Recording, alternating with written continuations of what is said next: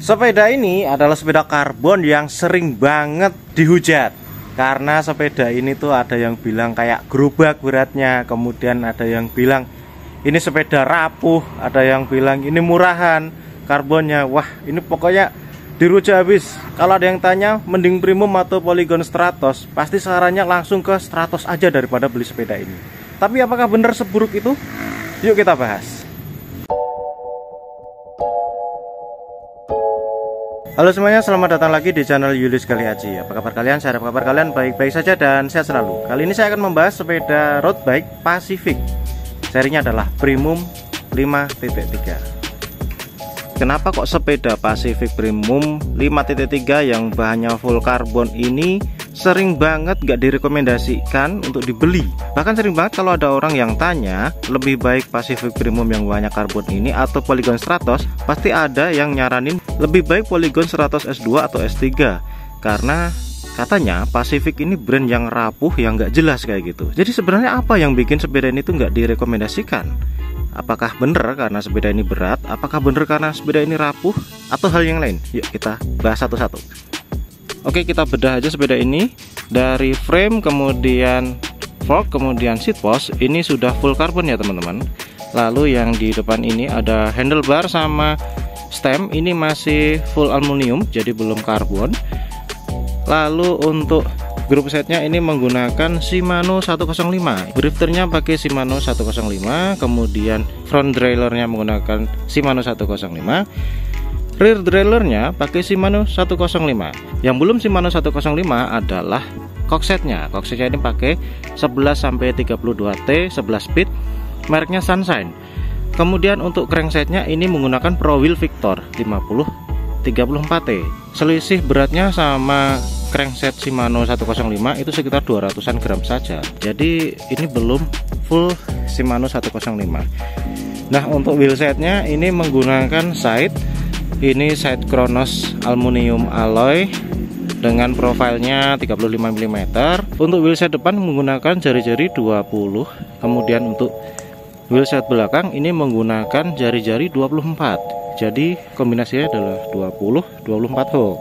Untuk ban yang digunakan adalah Continental Ultra Sport, ini 25C. Kemudian untuk tekanan maksimalnya ini bisa sampai 123 PSI teman-teman. Untuk remnya ini menggunakan U-brake atau rim brake-nya Tektro, ini seri R313. Sudah cukup ringan sih beratnya. Untuk satu rim brake ini adalah 180 gram, jadi sepasang ini 360 gram saja. Untuk saddle-nya juga menggunakan merek Side. Jadi di sepeda ini tuh kenapa kok mereknya banyak yang Side? Nah, Pacific sama brand Side itu masih dalam satu naungan teman-teman. Jadi jangan kaget ketika kalian menemukan sepeda Pacific tapi isinya kok Side semua ini ya.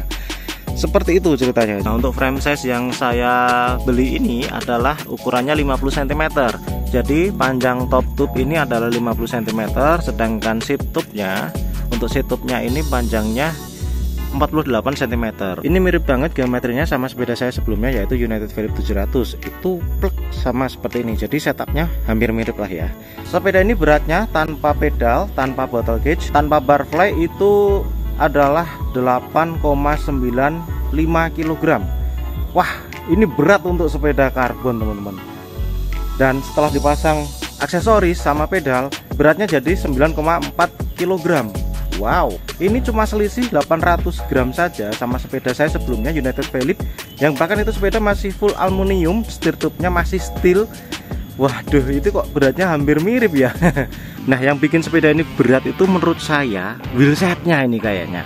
Wheelsetnya itu profilnya 35 mm. Ini wheelsetnya jelas berat ya rimnya. Kemudian bannya ini masih pakai yang tipenya kawat. Jadi beratnya sekitar 300-an gram satu ban. Kalau dua itu udah 600 gram. Sedangkan wheelsetnya itu 2,3 kg, ada yang nimbang seperti itu.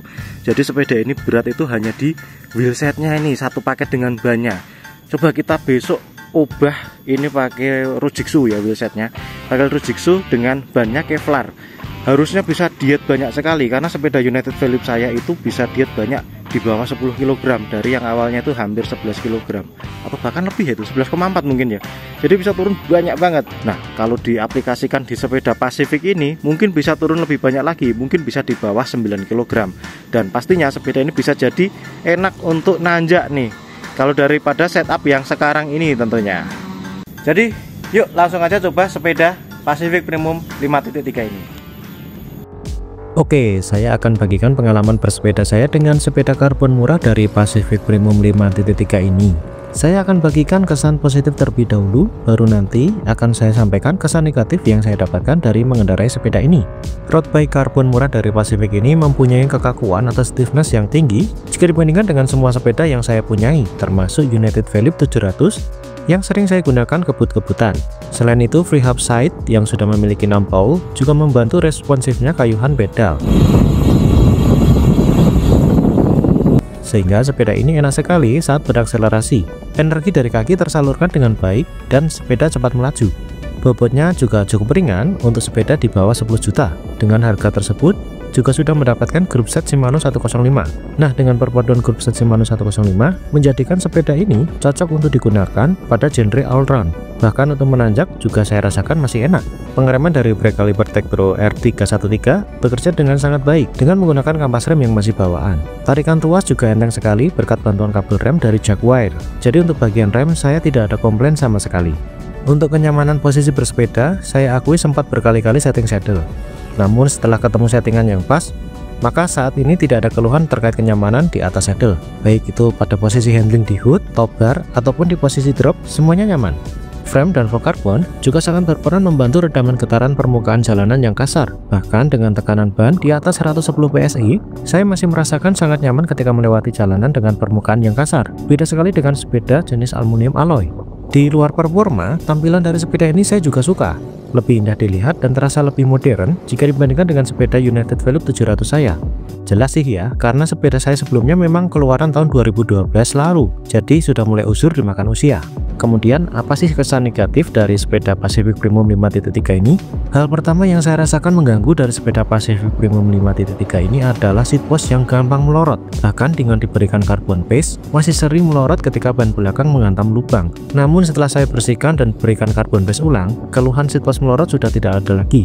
Ada yang kasih solusi pakai odol atau pasta gigi, tapi saya sarankan sih jangan ya, karena kalau kena air dan posisi pasta gigi basah bisa bersifat basah dan bereaksi dengan resin pada frame atau seat post karbon, sehingga lama-lama bisa membuat lemah titik tersebut. Lalu hal negatif berikutnya yang saya rasakan adalah bobot sepeda ini. Seperti yang saya sebutkan tadi ya, sepeda carbon rim brake ini yang seharusnya bisa 8 kg, tapi pada Premium 5.3 masih di atas 9 kg. Malah mirip sepeda karbon yang sistem disc brake. Waduh, bakal PR nih kalau mau diet lagi. Paling bisanya cuma ganti wheelset, ban, lalu ubah part yang masih aluminium alloy ke karbon. Kemudian hal negatif lainnya yang cukup mengganggu adalah bunyi berisik ketika menghantam lubang atau melewati pita penggaduh. Yang belum tahu pita penggaduh, itu loh garis-garis putih yang ada di jalanan ketika mendekati sekolah misalnya. Nah, ketika melewati tempat itu bakal terdengar bunyi klotok-klotok dari frame. Saya curiganya sih kabel frame tidak diberi internal kabel damper sejenis busa gitu, jadi kabel membentur frame. Makanya saya seringkali menghindari melewati garis-garis tersebut. Untuk keluhan frame rapuh atau tidak stiff karena karbon murahan sih saya belum bisa menemukan masalah itu ya. Ya harapannya tidak terjadi sih ya, tapi sepeda karbon murah tentu saja berbeda dengan karbon mahal, entah itu build quality, finishing, dan lain sebagainya. Oh iya, untuk harga sepeda karbon Pacific Premium 5.3 ini tahun 2021 lalu waktu launching adalah 17 juta rupiah. Namun saya beli di bulan Desember 2024 ini harga barunya 6,8 juta rupiah. Ya barang baru tapi old stock itulah ya. Jadi ada beberapa kekurangan. Mulai dari bar tab bahan Eva Foam dan PU yang udah mulai rontok lapisan PU-nya sampai karet ban yang sudah mulai pecah-pecah. Lalu kesimpulannya, apakah sepeda ini beneran seperti orang-orang bilang di awal video tadi? Kalau menurut saya iya, sepeda ini berat. Tapi kalau dibilang sepeda ini tidak enak, maka saya tidak setuju. Lalu apakah sepeda ini rapuh? Saya belum bisa menjawabnya saat ini. Tapi jika ditanya apakah sepeda ini layak untuk dibeli, maka buat kalian yang pemula atau amatir dengan budget nggak sampai 8 juta, tentu sepeda ini bisa dijadikan opsi. Namun karena brand Pacific ini lebih inferior jika dibandingkan Polygon, maka buat kalian yang berencana untuk jual lagi, mungkin lebih baik memilih merek Polygon, karena harga bekas dari Pacific Premium ini bakal terjun bebas, sedangkan Polygon bakal bertahan. Baiklah teman-teman, itu tadi review saya terkait sepeda Pacific Premium 5.3 ini, sang sepeda karbon yang sering banget dihujat. Semoga bisa bermanfaat buat kalian, terutama yang masih ragu dengan sepeda karbon murah. Tekan tombol suka jika kalian menemukan video ini menarik, lalu tinggalkan komentar dan bagikan ke teman-teman kalian yang kira-kira membutuhkan. Jangan lupa juga untuk subscribe channel Julius Kali Aji, supaya kalian tidak ketinggalan video-video terbaru dari channel ini. Saya Aji, izin undur diri, salam sehat, salam goes, tetap semangat.